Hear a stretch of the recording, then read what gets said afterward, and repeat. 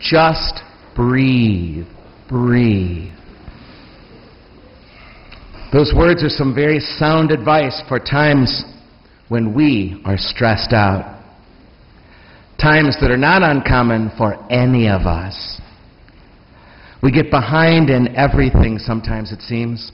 We're hitting deadlines, too many people are disappointed in us, too many things are going wrong, and we're just not feeling up to what we have to do. These rituals that we're trying to wake up to this morning are a way to breathe. They're a way to just breathe.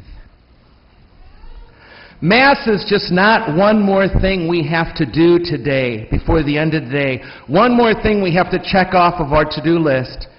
A list that's too long already with too many things on it to do before we go to sleep tonight. Mass is a way to breathe. As a matter of fact,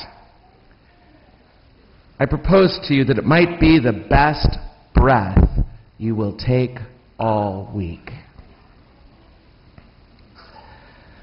Though I don't think we think about this stuff all that much, the world of ritual and of symbol is absolutely essential to our human nature. It's essential to us personally and collectively. It expresses realities that are deeper than words or concepts. And in the very expressing of these deep down things, in ritual and in symbol, those realities are deepened. They are deepened within us and between us.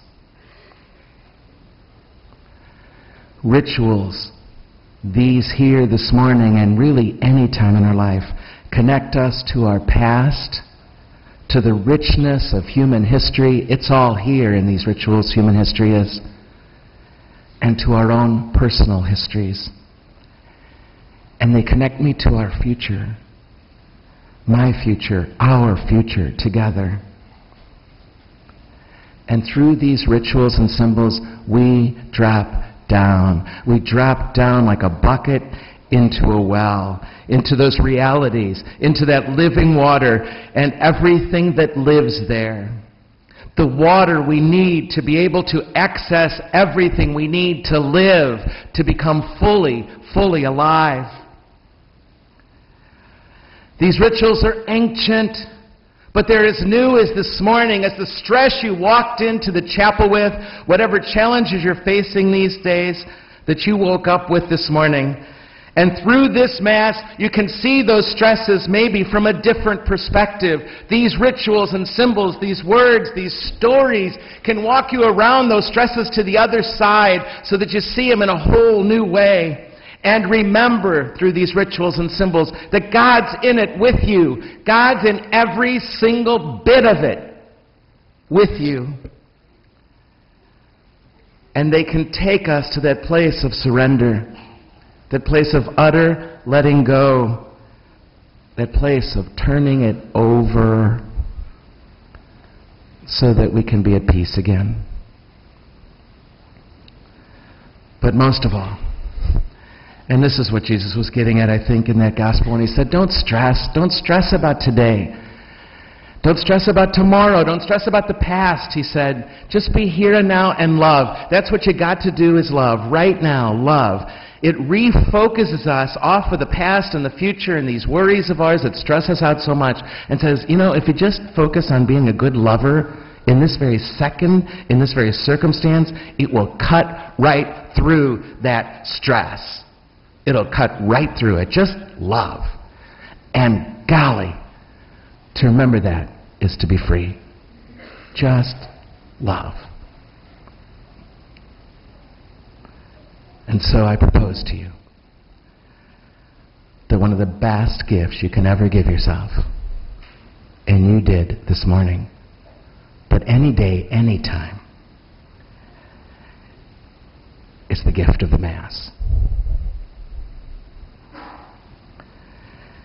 this Mass, those same rituals, these same symbols, that you can access anywhere on this planet, in any culture, the same rituals, the same symbols, anywhere in this church of ours, anywhere you go.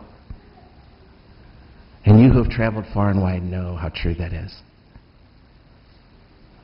You can be having the worst day in the world on a trip, business, or pleasure, and walk into a church and engage in these rituals, and even if you don't know the words, you know what's happening here.